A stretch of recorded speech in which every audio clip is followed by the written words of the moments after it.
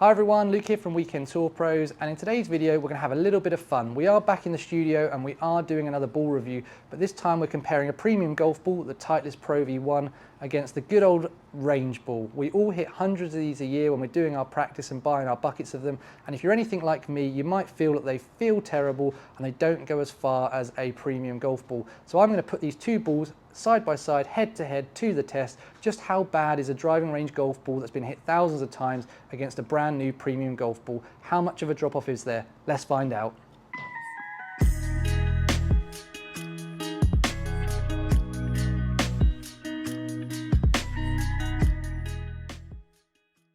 Okay, so just to let you know how I'm going to do this test, I'm going to start with a 30 to 40 yard pitch shot with a 60-degree wedge, then move up to pitching wedges, 7 irons and drivers, and I am going to mix the two balls up as I go through the test. So if I start with some Pro V1, I might then hit range ball, then back to Pro V, then back to range ball. Then as I move through the clubs, I'll change the order up as well to try and remove any warm-up bias. I am in the bay for 2 hours, so what you're about to see is the culmination of a load of batch of shots hit, condensed down into sort of 5 or 10 minutes of video for you guys.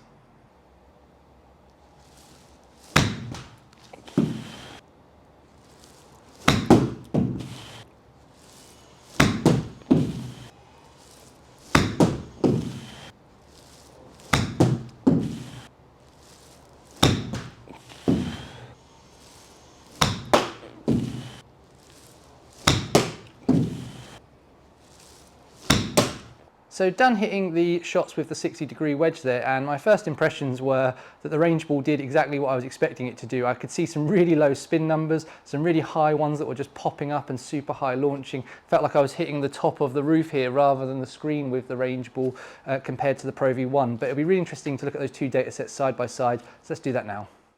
Okay, so let's look at the data from the batch of shots you've just seen me hit with the 30 to 40 yard pitch shot with a 60-degree wedge.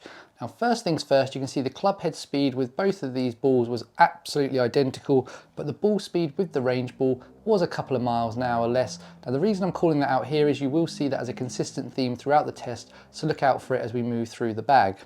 In terms of the spin rate, I think the range ball has done exactly what all of us were expecting. 2,231 revs of spin is incredibly low, and the Pro V1 at 5325 was almost 2.5 times more spin and therefore a lot more control around the green with that premium golf ball. In terms of the ball flight, what we can see here is that the range ball delivered more of kind of a high launching sort of up and down ball flight, whereas the Pro V1 delivered more of that preferred ball flight of kind of launching a little bit lower, going up and then stopping and dropping. So in terms of overall, probably no surprises what we've seen with the range ball just there. Let's see how it changes as we move up through the bag. Let's move on to the pitching wedge.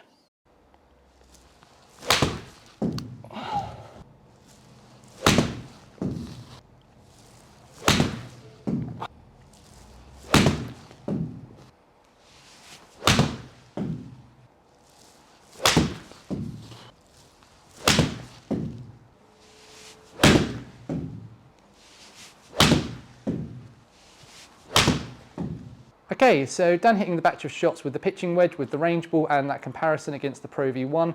And my initial impressions from the pitching wedge batch of numbers were, I'm a little bit surprised by how well the range balls performed. It was keeping up in terms of distance with the Pro V1, and the ball speed numbers that I was seeing when I was just watching them on TrackMan, they seemed to be in the low 90s all the time, which seemed to be keeping up with what I was seeing from the Pro V1. So I'm really interested to get home and look at the full set of numbers side by side. So let's do that now. Okay, let's take a look at the data from that batch of shots with the pitching wedge. Now first things first, my club head speed with the Pro V1 was 1 mile an hour more than it was with the range ball. However, that wouldn't equate to a 3 mile an hour difference in ball speed. So once again, we can see the same pattern as with the pitch shot, where the range ball is delivering slightly lower ball speeds. We can also see a really similar pattern with the spin rate. The range ball delivered 4,736 revs of spin on average versus 7,334 with the Pro V1. So that Pro V1 was offering about 75 to 80% more spin than the range ball. Probably again, not a surprise to any of us. In terms of the ball flight characteristics, once again, we can see the Pro V1 offered that slightly lower launch, that kind of tour premium player preferred launch, versus the range ball that popped itself up a little bit off the face. However, once both balls were in the air, they did deliver very similar land angles and peak heights. So again, the range ball did come into a bit more of the performance that we're used to seeing from a premium golf ball there. In terms of the carry number, we can see the range ball delivered 1.6 yards of extra carry distance, which was a little bit of a surprise to me, but actually when you think about it, it does make more sense because it was a much lower spinning ball, and as a general rule, lower spin normally equals a little bit of extra distance. However, what we can see is we had a lot less control with the range ball versus the Pro V1. Now I don't normally like to use the rollout and total number from TrackMan because you need to take it with a little bit of a pinch of salt because it's not reflective of what I've ever seen out on the grass. But if you take two batches of shots, compare them side by side, I think you can use the data to make the point. What we can see here is the rollout with the Pro V1 was only 4.9 yards versus 8.9 yards with the range ball. So it took almost twice as long for the range ball to stop versus the Pro V1. Now I don't know about you, but if I had a scoring club in my hand, such as a pitching wedge, I'm trying to hit a green with it, I want the confidence of knowing that ball's going to stop quite quickly. Unfortunately, you don't get that with the range ball, but that's probably, again, not a surprise to you guys. The one thing that did really surprise me though about the range ball at this part of the test, and it does carry on as we move through the 7-iron and driver, so keep an eye on it, is just how consistent this golf ball was and how consistent it was when compared to the Pro V1. So whilst it might have its own deficiencies in terms of how it performs against a premium ball, it was really, really consistent at those deficiencies. So I've just highlighted that for you there. Have a little look at it and make sure you keep an eye on it as we move through the 7-iron and the driver.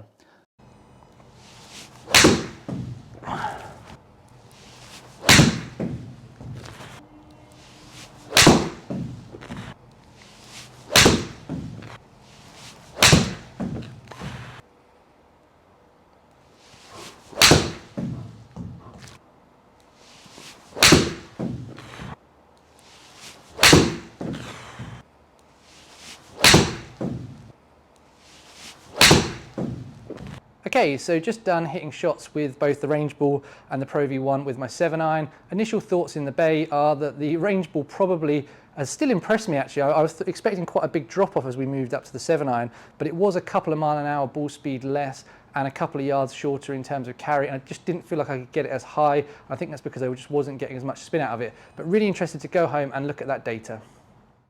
Okay, let's take a look at the batch of shots we've just hit with the 7-iron.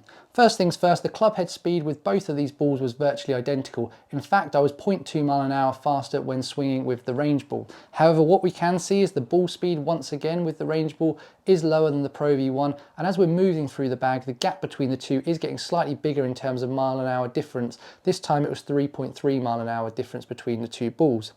We have seen that the range ball is lower spinning once again at 3,591 versus 4,137 with the Pro V1. However, as we are moving up through the bag, the gap between those two spin rates is getting a little bit closer, which is really, really interesting, but we are still getting about 15% more spin with the Pro V1 than the range ball.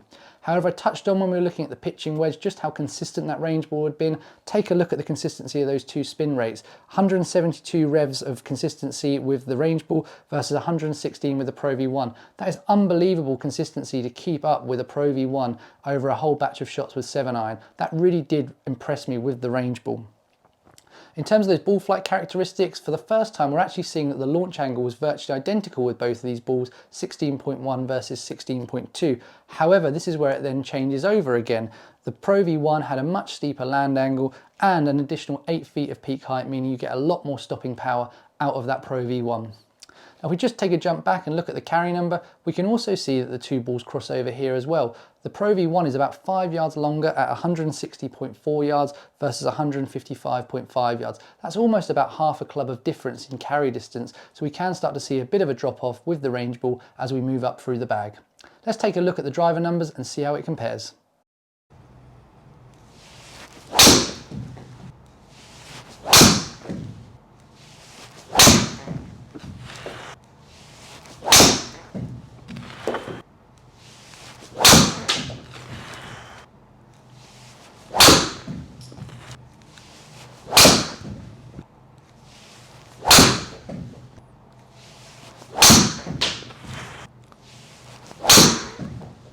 Okay, Okay, just finished hitting the batch of shots with the range ball and the Pro V1, and I think this is where we can see how a premium ball comes into its own. I felt like I was actually hitting the range ball as well as any of the balls I've hit today as part of the testing I've been doing for a couple of videos. I was hitting up on it, delivering some really good speeds, and I just couldn't get the carry number over 200 consistently, despite giving it absolutely everything. Whereas the other balls that I've tested today, including the Pro V1 that we're using for benchmarking purposes, I've been able to hit a little bit longer. Between the longest ball that I've hit today and this ball, there's about a 10 to 15 yard difference in carry distance between good hits. So that says to me that this is where a range ball does drop off at my swing speeds. But really interested and really been impressed with the range ball overall. So let's get home and look at the numbers just to see if those feels I've had in the bay are backed up against that benchmark of a Pro V1. Okay, so let's finish by taking a look at those driver numbers. Now, again, you can see my club head speed was actually 1 mile an hour faster with the range ball this time. So we will talk about that a little bit more when we get into the rest of the numbers in a second. However, we can see that ball speed was 3.1 mile an hour less. If we had the similar club head speed, we'd probably see that get up to about 4 mile an hour difference, which would back up that pattern that we've seen as we go up through the bag. The gap in ball speed does increase as we move to longer clubs. Interestingly, with the driver, we're always looking for that high launch, low spin. That's what they talk about quite a lot with the driver. We can see here for the first time the spin numbers have jumped the other way around. So the premium golf ball, the Pro V1, has been able to deliver less spin with the driver, exactly like you want it to do, while still offering lots more spin throughout the rest of the bag. The range ball, on the other hand, has still delivered a little bit of extra spin. However, I am impressed by how close these two numbers are, and I think the range ball performed really, really well in terms of both its spin and its launch characteristics.